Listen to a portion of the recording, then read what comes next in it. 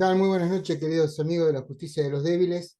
Acá esperando que se conecte nuestra invitada de hoy, que es nada más y nada menos que Mamela Fiallo. Mamela Fiallo es una periodista, docente, youtuber, comunicadora y activista de Ecuador, que la hemos invitado a este ciclo llamado Mujeres Valientes, porque ella tiene un mensaje para dar que lleva a todas partes, a todos lugares, en donde expresa cuál es el pensamiento que tiene con esta realidad que nos rodea hoy, que tiene que ver con este nuevo modelo de sociedad que nos están proponiendo a partir de los poderes, en donde hay ciertas figuras que empiezan a ser relegadas, principalmente la de la familia, la de la heterosexualidad, donde se promueve el aborto como una forma de control de natalidad. Eh, y ella, desde el lugar que tiene, que tiene una actividad muy fuerte con respecto a esto, lleva un mensaje que es el que vamos a explorar esta noche. Porque las mujeres valientes no solamente están en Argentina, que es lo que hemos venido haciendo en este ciclo, durante el mes de julio, empieza el mes de agosto, donde vamos a tener invitadas internacionales, que nos van a traer su visión y también nos van a contar qué está pasando en sus países, para que se pueda entender que lo que nos sucede hoy en Argentina es parte también de una mecánica que se lleva a cabo en diferentes sociedades, porque el fin último de todo esto es dominarnos, acceder a nuestros recursos, que es el discurso que yo vengo proponiendo desde hace mucho tiempo, y de alguna forma mantenernos en una suerte de stand-by en la cual la sociedad no termina de comprender exactamente lo que pasa. En todo esto también tiene un rol preponderante todos los medios de comunicación que llevan un discurso que, dependiendo a quién responden, nos informan de una u otras cosas, pero nunca ahondan en este tipo de temas que son tan importantes para lo que sucede a nuestro alrededor.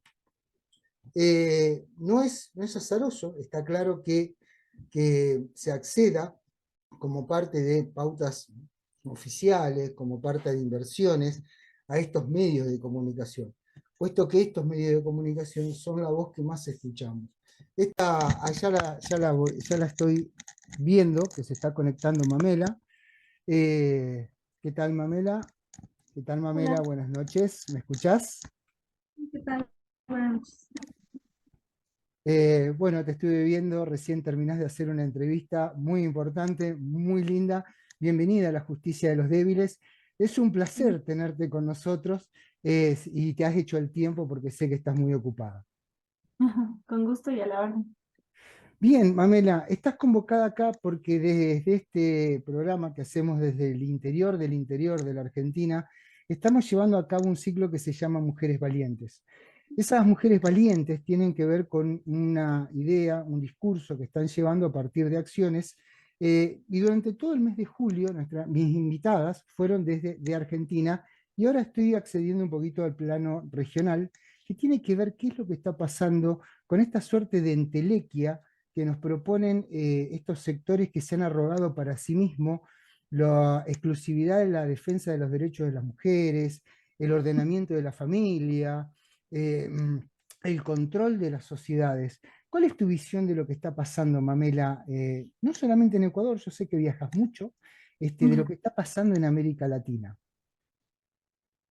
Bueno, primeramente gracias por la invitación, por la consideración y por abrir la serie de entrevistas hacia la región, ya no solo para Argentina, pero destaco que yo tengo DNI argentino, porque fui a la universidad en Argentina, así que soy residente permanente. Dicho eso, sí, ciertamente viví la radicalidad de estas ideologías justamente en Argentina. Y estamos viendo muchas veces cómo por debilidad y por necesidad se cede. Por ejemplo, aquí en Ecuador somos la única nación sudamericana que necesita visa para Europa. Entonces, para poder lograr no necesitarla, la Unión Europea nos exigía adoptar políticas en materia de género y eso hizo que nuestro presidente crea el ministerio mal llamado de la mujer, y derechos humanos. O sea, ven esas paradojas de la mujer y derechos humanos. Pero la mujer por encima de los derechos humanos, ¿no? Y también crearon la Subsecretaría de Diversidad Sexual, entre otras cosas, ¿no? Entonces estamos viendo que hay mucha presión internacional, sobre todo en los países de Centroamérica, que hago un llamado a que son los David contra Goliat, porque se aprovechan de sus necesidades, pero han sabido ser resistentes. Recientemente su presidente, a pesar de ser muy progre, la señora Xiomara, vetó una ley por la presión que hubo en las calles, así que creo que es una buena noticia que no se visibilizó lo suficiente en Honduras, que ciertamente hay una resistencia. Sí, hay una resistencia que cada vez se está haciendo escuchar más. Eh, Te voy a preguntar, no sé si escuchaste, si fue ayer o antes de ayer, a Lula cuando dijo que además de enorgullecerse de que lo tildaran de comunista, ellos luchaban contra un sector que se embanderaba con valores como la familia, el patriotismo y todo lo que tuviera que ver con las tradiciones de los pueblos. Eh, ¿Qué te parece que un jefe de Estado diga que él está de alguna forma contra instituciones tan milenarias como la familia? Bueno, no deja de ser un horror, pero a la vez hay que dar gracias porque es frontal. Y también nos muestra la impunidad que tienen, realmente es impresionante, o sea, pueden ser abanderados de una ideología genocida. Y te cuento más desde lo cercano, ayer salí a comer con amigos y le escuché a un señor hablando en contra del comunismo para su familia. Y le digo, disculpe señor, le escuché hablando mal del comunismo y me dice, sí, pero como que titubeaba. Y le digo, pero está bien, señor. Le digo, yo soy profesora de historia y le agradezco porque esa ideología genocida tiene demasiado buena publicidad. Y su hija y su esposa estaban muy orgullosas, o sea, muy contentas, o sea, orgullosas de él, ¿no? Que él sea referente, que él hable con entereza. Pero está la presión social que él titubeaba, pese a que tenía una postura clara. Entonces, nos da la oportunidad de nosotros de visibilizar lo profundamente ideologizados que están y el peligro que son. O sea, el hecho de que Argentina tenga elecciones próximas es un fuerte llamado de atención que haya ganado Lula, ganado, ¿no? Porque además yo sí creo que es muy cuestionable el resultado electoral en Brasil. Sí, quiero agregar que estuve hace un tiempo acá a un perito informático que trabaja para la Unión Europea, que se llama Gabriel Araujo, y él confirmó que ellos hicieron los seguimientos remotos y se encontraron que no coincidían los resultados que lo hicieron presidente con lo que la gente decía que había votado al momento de ir a las urnas. Dicho esto, sí te quiero decir si entendés que han instalado de alguna forma la sociedad del miedo. Por lo que contabas recién, de una persona que piensa que el comunismo es malo, pero tiene miedo de expresarlo. Sí, ciertamente, y un dato importante antes de salirnos de esta idea, Brasil tiene 5 regiones y Bolsonaro ganó en 4, ¿no? Y pierde por una. Y eso es muy llamativo y es importante ya que hablábamos de la justicia de los débiles y el hecho que se, se apropien desde cierto sector de las causas.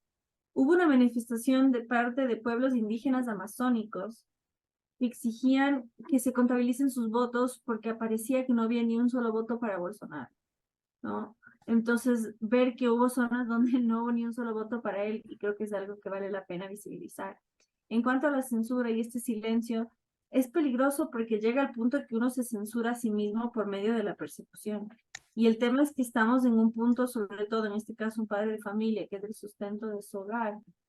O sea, y dicho en términos muy argentinos, el escrache.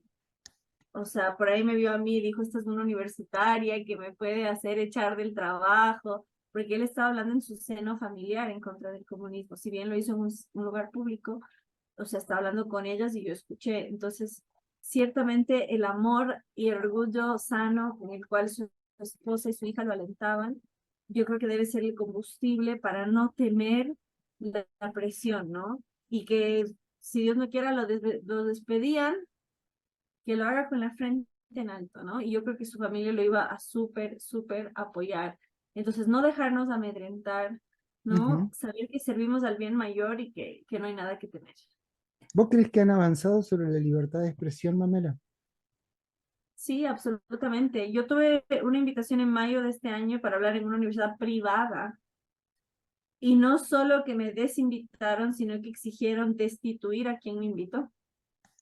Y por eso es que no me he animado a denunciarlo públicamente, porque yo no le quiero negar el sustento a nadie. Sin embargo, sí animo a que levanten la voz. O sea, a mí literalmente no me dejan dar cátedra en universidades públicas, el lobby feminista. Y no solo eso, en México además hubo un evento en el que exigían paridad de género, entonces me invitaron. Y la agrupación feminista dentro de la universidad, una universidad históricamente católica, como es la UDEM, la Universidad de Monterrey, desintegraron el grupo estudiantil que me invitó por haberme invitado. Entonces, es una persecución brutal y en el ámbito universitario es muy difícil, tanto público como privado. Si bien en las privadas hay un poquito más de espacio, está muy, muy fuerte la persecución. Este- es una pregunta un poco retórica la que te voy a hacer, pero porque lo vivo, como soy universitario a pesar de la edad que vos ves, estoy cursando mi tercer carrera de grado. ¿Los centros educativos se han vuelto centro de adoctrinamiento ideológico? Sí, 100%. De hecho, cuando yo fui a primer año, ni sabía lo que era el feminismo, ni había escuchado del término, soy honesta. Yo fui a un colegio maravilloso donde salimos tan verdaderamente libres que todo tema se debatía, era fascinante. O sea, si iba a pasar un pozo petrolero, venían los petroleros y venían los ambientalistas. Entonces salimos tan libres que no conocíamos este mundo tan ideologizado y en primer año tuvimos psicología general y la profesora tenía el pelo así, cortado así, ahora entiendo quién es. Y en la primera clase nos dijo, odio a mi hijo. O sea, desde ahí, un niño de 5 años. O sea, desde ahí lo que quería hacer era un quiebre moral, una terapia de shock, y se me va a ir toda la entrevista en contar todo lo que nos adoctrinó, pero fue muy fuerte. O sea, yo doy las gracias que fui a la universidad que fui, la Universidad Argentina de la Empresa, la UADE, pero venían cada tanto profesores de la UBA, sobre todo en materias que eran obligatorias. Ahí la primera paradoja, ¿no? Eran materias optativas obligatorias, ¿no? Esta primera contradicción lógica, ¿no? Y, por ejemplo, el tema de los 70 en Argentina fue totalmente sesgado, totalmente adoctrinado y totalmente ajeno a la carrera. Pero el Ministerio de Educación exigió que hagamos una materia de arte para recibirnos, así sea uno ingeniero, y en arte nos metieron toda la ideología. Es muy importante saber cómo el arte sirve para ideologizar a las masas. Con decirte que la profesora de arte nos dijo que el capitalismo inventó los géneros para adaptar a los cuerpos a la producción en masa. O sea, un enajenamiento de la realidad, una locura. Eh, Esto es un resurgir de ideas radicalizadas, muy de izquierdas. ¿Sentís que el liberalismo falló al no acudir al debate después de la caída del muro de Berlín? Te lo contextualizo. Creo que aquellos que pensamos y tenemos valores familiares y creemos en las libertades irrestrictas de los demás, al ver la caída del muro de Berlín, yo era muy joven, creo que vos también muy joven, pensamos que el comunismo o esa izquierda radicalizada había muerto. Y ellos avanzaron a partir de que esos liberales que deberían haber puesto el debate académico no lo hicieron. ¿Sentís que eso tiene que ver con este avance? 100%, igual lo que es liberal en Norteamérica y lo que es en Sudamérica va a variar, pero ciertamente en Hispanoamérica el sector denominado liberal se enfocó tanto en la economía y abandonó el aspecto social, que por ejemplo yo estuve en una cena, no voy a decir de quién, pero de ese ámbito, y una de las oradoras centró toda su exposición en la exaltación del egoísmo como virtud y no recibió ni un solo aplauso. Y paralelamente un señor destacó su labor como empresario en función de la labor social y obtuvo ovación. Entonces, ¿de qué te sirve la libertad económica? ¿De qué te sirve generar si no haces el bien? En cambio, aún en esos entornos, la exaltación del egoísmo no mueve pasiones, quizás agite un razonamiento lógico, pero no enciende pasiones. Y es muy importante saber que somos personas, y sobre todo en la cultura hispanoamericana, los latinos que nos llaman, somos sumamente apasionados, ¿no? Ujú. Entonces, el no apelar a nuestras emociones es no apelar a parte de nuestra humanidad, ¿no? Entonces, ciertamente sí hubo una falla profunda de ese sector de la sociedad, sobre todo en el ámbito cultural, ¿no? Que entregó de lleno la cultura y que generó un vacío también. Y en cierta medida, como digo, liberal en Estados Unidos, Norteamérica, significa otra cosa. Ahí tiene un arraigo más profundo en la Revolución Francesa y llevó digamos, el liberté, égalité y fraternité al punto que vemos hoy, ¿no? O sea, hoy importa más la égalité que otra cosa y lo que han hecho es que perdamos, jactándose de ser pro individuo, que perdamos la individualidad porque ya somos un hombre masa, ni hombre ni mujer, y ni jóvenes ni viejos, sino que todo es relativo. Entonces, más bien dio lugar a una subjetivización de la moral que desencadenó en estos conflictos. Vamos un poquito a tratar un poco las sociedades latinas. Eh, la primera pregunta, y en esto te quiero hacer una distinción, no siempre legal es legítimo. En muchos países de América se ha impuesto el aborto como una cuestión legal. De hecho, el otro día en Argentina se ha dado la cifra del año 2022 de aborto, que fueron casi 97.000. Extraoficialmente se habla de 138.000. ¿Vos creés que estamos asistiendo a un genocidio? 100%, de hecho, es el peor genocidio de la humanidad. El año anterior osciló entre 41 y 42 millones y el anterior también. Si comparamos con la Segunda Guerra Mundial, que hubo entre 75 y 80 millones de muertes, 2 años de asesinato intrauterino equivalen a más que la guerra mundial más sangrienta de la historia, considerando que la guerra duró más de un lustro, ¿no? Entonces, ciertamente las cifras dan para tal, y más considerando que es en un lugar específico, ¿no? O sea, se atenta contra un grupo en particular, no es al azar, ¿no? Entonces, es contra un grupo en particular y tiene que cumplir ciertas características para ser denominado genocidio y ciertamente cumple. Más, por ejemplo, en el caso de Canadá, nuevamente, que está gobernado por el Partido Liberal y es lo más progre que existe, Creo se que intentó aprobar. Trudeau es casi un delincuente internacional. Me hago cargo de lo que digo. Cada vez que veo lo que sucede en Canadá me espanto. Me da miedo que eso pueda llegar a América Latina. Ahora sí, perdón, no lo resistí. No, está bien, viva la resistencia.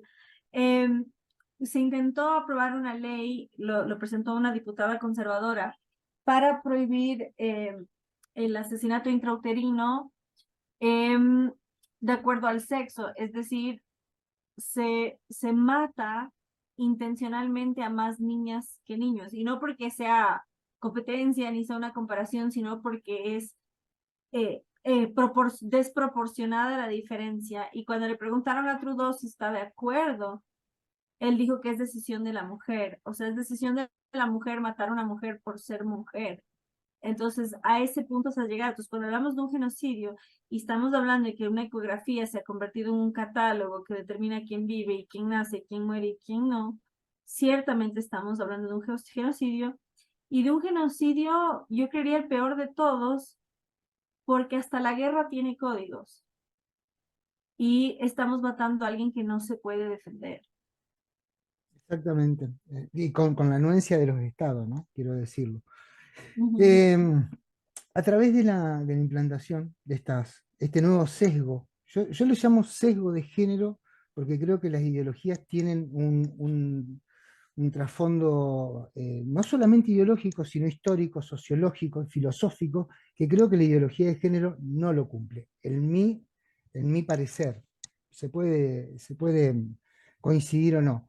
Pero a través de este sesgo de género, se ha dado en América del Sur, América Latina mucho, que la aplicación, que la justicia se ha vuelto una máquina de legalizar, por ejemplo, el impedimento de contacto, la obstrucción de vínculo, el secuestro parental, que incluso Ujú. llega hasta secuestros parentales internacionales. Estamos hablando de cuestiones domésticas nada más.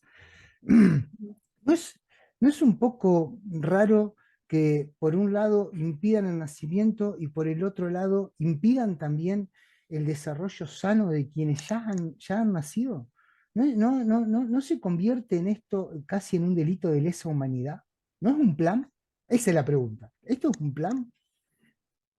Sí, ciertamente. Y de hecho, los países de Hispanoamérica somos firmantes del Pacto de San José, que es justamente la Declaración de los Derechos Humanos a nivel americano. Y vemos que esto infringe en muchísimos artículos, ¿no? El tema de la patria potestad, del derecho a la vida, el no trasladar culpas, el no a la pena de muerte, en particular para menores de edad, ¿no? O sea, y estamos condenando a pena de muerte a quien no cometió ni un delito. Entonces, hay una reversión. Esto se llama activismo judicial. No tenemos jueces, tenemos activistas. Y tristemente Argentina exportó al peor de todos, Uf, que es Zaffaroni. no, no, en eso somos precursores, somos precursores. En el plano jurídico lo exportamos a Zaffaroni y en el plano psicológico lo exportamos a Corsi. O sea, si queríamos hacer algo mal, hicimos todo mal. O sea, exportamos alguien ideologizado totalmente, aparte terrorista en su juventud, y además exportamos un pederasta como Corsi para que llevara su idea de las cátedras psicológicas que imponía esto de la separación de los niños de los padres. Eh, en eso realmente Argentina somos el ejemplo a no seguir. Pues Ah, pero seguimos una el de mal cal y ejemplo. otra de arena. Tienen a Messi. Tenemos a Messi, lo tuvimos a Maradona, pero nunca hacemos todo bien, pero no importa, no importa. Claro, es verdad, llevamos a la parte judicial uno de los peores exponentes que hemos tenido. ¿Y sabés qué es lo peor? Zaffaroni es un tipo brillante en el derecho, Claro. pero es brillante para lo malo, es bueno para lo malo, es algo increíble. En eso, pero ¿vos considerás que las sociedades latinas son sociedades machistas? Bueno, para comenzar, yo creo que el machismo es un error lingüístico y conceptual, precisamente porque se cede demasiado en cuanto se permite que el feminismo sea quien determina lo que es ser macho, lo que es ser masculino. Y justamente hoy di una clase de historia, hay un meme buenísimo. En el tiempo de la conquista española, los conquistadores apelan a Jesús y le dicen, Señor, por nuestros pecados no podemos evangelizar. Y Jesús apela a la Virgen María y le dice, mamá. ¿Y por qué? Precisamente porque la aparición de la Virgen de Guadalupe fue el suceso más definitorio para la conversión de la región, ¿no? Y muestra también el poder de una madre. Entonces, mmm, reniego de ese término, pero ciertamente creo que somos una región donde todavía la mujer tiene mucho valor, donde la caballerosidad todavía existe hasta cierto punto. En Uruguay menos, me quedé un poco en shock ahora que fui. Uruguay es justamente, yo amo Uruguay con el alma, de hecho son mi nacionalidad. En trato me hacen reír demasiado. Pero vemos que justamente Uruguay es víctima de estas políticas. Fue el primer estado laico, ¿no? Es una sociedad totalmente carente de Dios. Fue el primer país que legalizó el aborto, fue el primer país que legalizó las drogas. Es un país que tiene 3 vacas por ser humano. Es un país donde la gente no se reproduce, donde uno de cada 4 embarazos no llega a término, ¿no? Eliminan a uno de cada 4.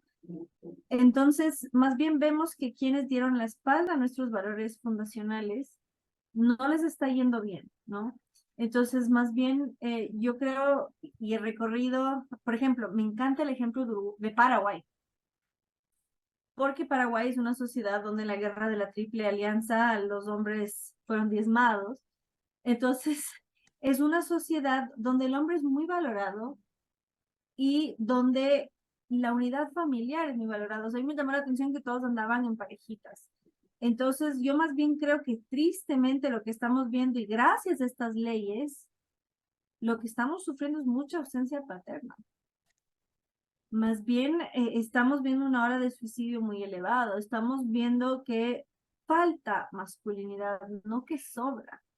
Muy por el contrario, o sea, quienes más mueren, tanto suicidados como asesinados, son varones, ¿no? Sí, sí. Entonces, más bien hay un abandono hacia la figura masculina gracias al feminismo y más bien históricamente hemos sido una región donde la mujer ha sido exaltada y no es casualidad que las mujeres más hermosas del mundo son de acá, ¿no? Porque todavía nosotras valoramos la belleza, exteriorizamos esa belleza, así que mi respuesta es no.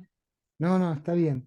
Te escuchaba atentamente y no pude evitar cuando hablaste de la guerra de la Triple Alianza, que los argentinos, viste que somos buenos para lo malo. Pero no somos todos, no somos todos. Planteamos una lucha, al menos una lucha ideológica. He visto que vos en algún momento has participado con Agustín Laje también de alguna exposición que impartís esta idea a través de cursos. Eh, esta destrucción de la familia eh, tiene que ver también con ese tráfico de niños que ha puesto a la luz Son of Freedom eh, en este último tiempo. Bueno, el trabajo titánico que han hecho y el hecho que Mel Gibson está apoyando dice mucho también, ¿no? Porque es un tipo que se ha destacado por ser muy antisistema y si bien es bíblico, crecen el trigo y la cizaña a la par. Si bien Argentina ha exportado malos elementos, es hoy luz en muchos sentidos. Agustín, que ya mencionaste, Horacio Justo, hay tantos intelectuales argentinos dignos de destacar, Pablo Caruso, desde el ámbito Mm. psicológico, de hecho, Majo, que también es de Rosario y es psicóloga y ayuda a mucha gente con temas de género, Pablo Muñoz Iturrieta, Cristian Rodrigo Iturralde, en historia, Nicolás Márquez. La pregunta del millón es esta. Vos sos mujer. ¿Te representan estas ideas? No, en absoluto, y más bien creo que tienen una razón de ser estas personas que si bien yo no comparto, generan reflexión dentro de esos símbolos, dentro de esos grupos, y nuevamente siembran trigo en medio de la cizaña. Entonces, más bien alguien quizás con un perfil más extremo o radical como en el mío, no es tan fácil que entre esos grupos. Entonces, si bien yo no concuerdo, creo que es importante, como dice el padre Javier Olivera Rabasi, como Dios no es comunista, no nos hizo a todos iguales. Y por eso es importante ver la riqueza, ¿no? Los dones que recibimos. A mí no solo no me representan, sino que son un riesgo para mi integridad física. Los ataques reales que he recibido dicen habernos dado el derecho a trabajar y estudiar, pero son las primeras que nos niegan acceso, tanto en el ámbito estudiantil como académico.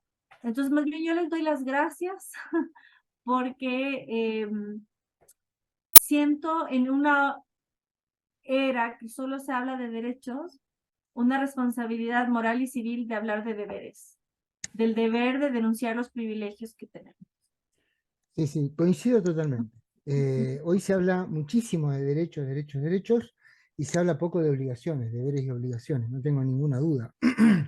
Ujú. Eh, ¿Qué visión tenés sobre cómo se va a desarrollar esto en el tiempo? Perdón, si me repites, por favor. Sí, sí, sí, sí, quería saber qué visión, qué percepción tenés, qué desarrollo va a seguir esta imposición forzosa de ideas y la resistencia, a su vez, de una parte de la sociedad. ¿Vos creés que en algún momento aquellos que resistimos vamos a triunfar? Esa es la pregunta de fondo, básicamente. Adornada, Sí, si querés, pero bueno, la pregunta era, nos ves triunfando? sí, por supuesto. De hecho, de eso se trató el Evangelio de hoy. Eh, él ya venció, no es que va a vencer, ya venció. Quienes vivimos desde una óptica de fe, sabemos que el bien ya venció, ya triunfó la vida sobre la muerte. Entonces, nuestra labor es resistir lo mejor que podamos, ser la luz eh, del mundo, ¿no? Entonces, es difícil, ¿no? Nadamos contra corriente, pero no debemos dejar que nos desanime, más bien hay que conocer la historia de los mártires y saber que todo lo que nosotros padecemos es nada en comparación de todo lo que han padecido, ¿no? Entonces, de hecho, mi santa favorita es Santa Eulalia, que con 13 años le despellejaron viva por evangelizar en el siglo IV en el Imperio Romano. Entonces, si fuésemos conscientes de eso, no caeríamos en ese error de creer que ahora estamos peor que nunca, de creer que ya no hay escapatoria, de creer que estamos en el fin de los tiempos, que puede ser, pero no necesariamente, porque se cae en estas ideas fatalistas porque no se conoce la historia de la humanidad. Si bien hay mucho que mejorar, si bien hay mucho por lo cual luchar, también hay muchas cosas buenas de las cuales disfrutamos y que debemos saberlas valorar y que debemos justamente proyectarlas como los dones que son y promover la gratitud, un valor tan importante y tan perdido. Hay que ser agradecido de lo mucho que tenemos, ¿no? Y otra cosa, hay que estar dispuesto a meterse en todos los espacios. O sea, yo este fin de semana estuve en un barrio tan peligroso que la parroquia tenía alambre de púa y cerca eléctrica. Nunca estuve en un lugar así. Entonces, pero hay que estar dispuesto y hay que estar ahí y hay que conocer esa realidad y hay que sembrar el amor en esa realidad y que el victimismo esté fuera de nuestro sitio. Qué bueno que trajiste citas cristianas o el cristianismo a esta entrevista. Soy cristiano, soy evangélico, pero la pregunta es si el cristianismo es la resistencia. Cuando hablo de cristianismo hablo ampliamente, ¿no? Sí, por supuesto. Y para eso hay que ver justamente, ya que hablaste del liberalismo, hay que ver lo que fue la Revolución Francesa y hacer un llamado a la contrarrevolución. Porque en esta era lo que Benedicto XVI llamaba la dictadura del relativismo, debemos ser portavoces de la verdad. Porque además, solo la verdad nos hace libres y cuando pensamos desde esa óptica, sabemos que quienes viven en la mentira están encadenados y esclavizados. Entonces, por eso no, debemos soltar sus grilletes, pero hay que decir la verdad con caridad y transmitirlo con gracia para que se unan a nuestras filas de la mejor manera. Entonces, ciertamente es la base. Entrevisté recién a un francés sobre lo que está pasando allá, el caos que es, y justamente lo que pasa cuando no hay una fibra moral, cuando no hay un ancla moral en una sociedad. Entonces, somos la resistencia, somos lo antisistema y ya vencimos, solo que debemos resistir un poco más. ¿La sociedad entiende lo peligroso que es lo que está pasando? No, yo por eso digo que siempre hay que equilibrar un poco de temor a la par de esperanza. El temor de cómo y cuánto nos están pisando los talones y la severa amenaza que hay contra nuestra libertad. Por ejemplo, en Inglaterra, por hacer una oración fuera de un abortorio, uno va preso y le interrogan, ¿está orando?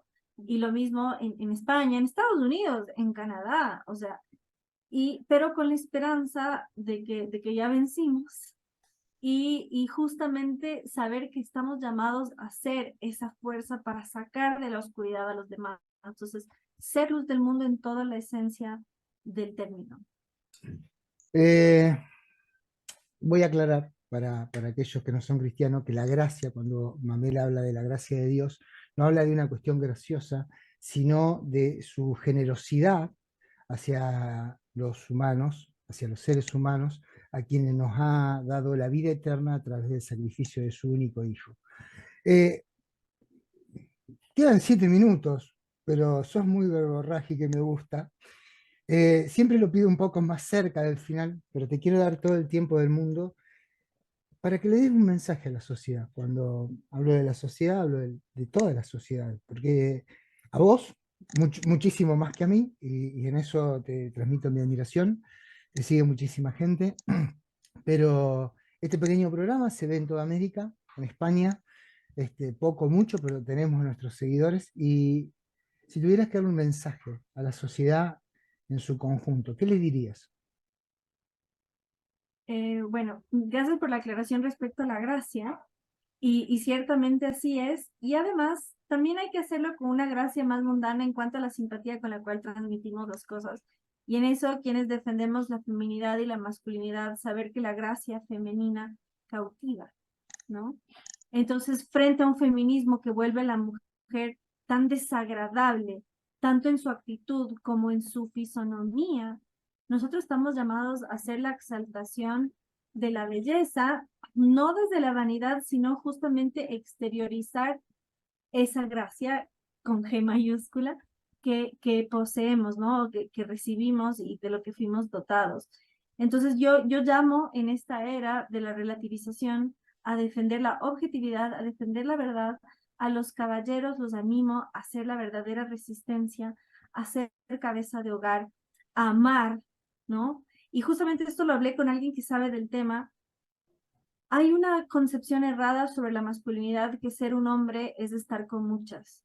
Si la fortaleza es un rasgo masculino, entonces es debilidad sucumbir a los impulsos. Ser un hombre fuerte, y esto lo dice Jordan Peterson, sea atractivo para todas, pero fiel solo a una. Entonces, ser cautivante, ser ese hombre que los demás quieren ser, pero sabiendo que solo eres para una mujer. Y para las chicas, justamente hacernos valer como el tesoro que somos, la niña de sus ojos, ¿no? Y saber que somos princesas, porque somos hijas del Rey de Reyes. Y desde ese amor, porque a veces nuestro padre terrenal puede fallar, no lo digo por el mío, sino porque nos puede pasar a muchas, pero saber que hay un padre que no falla.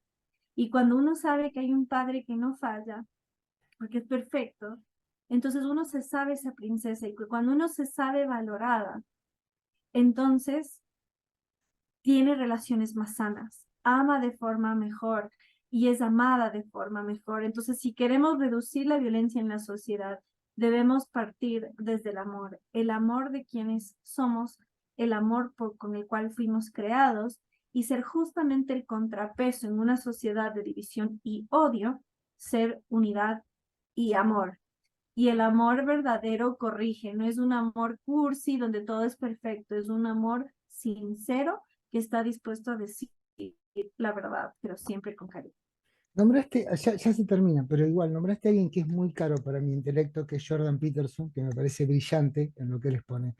¿Qué sentiste cuando lo viste él hablando de Cristo, después de tomarse todo el tiempo que se tomó y vivir todo lo que le tocó vivir para aceptar su existencia y aceptarlo también, este, de alguna forma como Salvador? No conozco el devenir luego, pero a mí me impactó mucho verlo. No sé si a vos te sucedió. Bueno, para mí Jordan Peterson es el intelectual del siglo y porque él tiene una sencillez para explicar que me encanta y porque sobre todo él tiene depresión crónica. Entonces, es muy importante ver la vulnerabilidad de un intelectual, saber en una era donde Shakira nos dice las mujeres ya no lloran, las mujeres facturan, que un hombre esté dispuesto a llorar, que un hombre muestre su fragilidad, nos muestra justamente su humanidad y desmonta esta falacia. Si creen que los hombres no lloran, vean el mundial, vean cualquier partido de fútbol, ¿no? Entonces, y él hace unos análisis muy profundos, muy humanos, pese a que él tiene un bagaje cultural tan profundo, puede traducirlo en términos sencillos. Así que, y él está recorriendo un camino de fe, está ahí todavía que no se define, pero ciertamente ha sido una guía, un camino para muchos que estaban totalmente alejados. Yo tuve el honor de verlo en marzo de este año en México y me hice el viaje para verlo y ciertamente es genial y da la esperanza, da certeza en una era donde todo es relativo. Entonces, nuevamente invito a conocer personajes como este y a saber la importancia de, si quieren que el barco zarpe, debe tener un ancla, no para mantenerse quieto, sino justamente para tener calma en medio de la tormenta. Totalmente, la verdad que qué buena definición de Jordan Peterson. Y que lo hayas visto, mi sincera envidia, me parece, lo vuelvo a repetir, brillante, me parecéis brillante vos, Mamela. Gracias por haber estado en el programa. La verdad que es un honor haberte entrevistado, muy clara en tus conceptos. Y acá sigamos en la lucha, en la resistencia, con la gracia de Dios, por supuesto. Eh, y defendamos los valores que nos han traído hasta acá como sociedad. Ese es mi pequeño aporte a esto. Gracias, Mamela, por haber estado conmigo esta noche. Es un honor y gracias por la consideración. No, por favor, el honor es todo mío.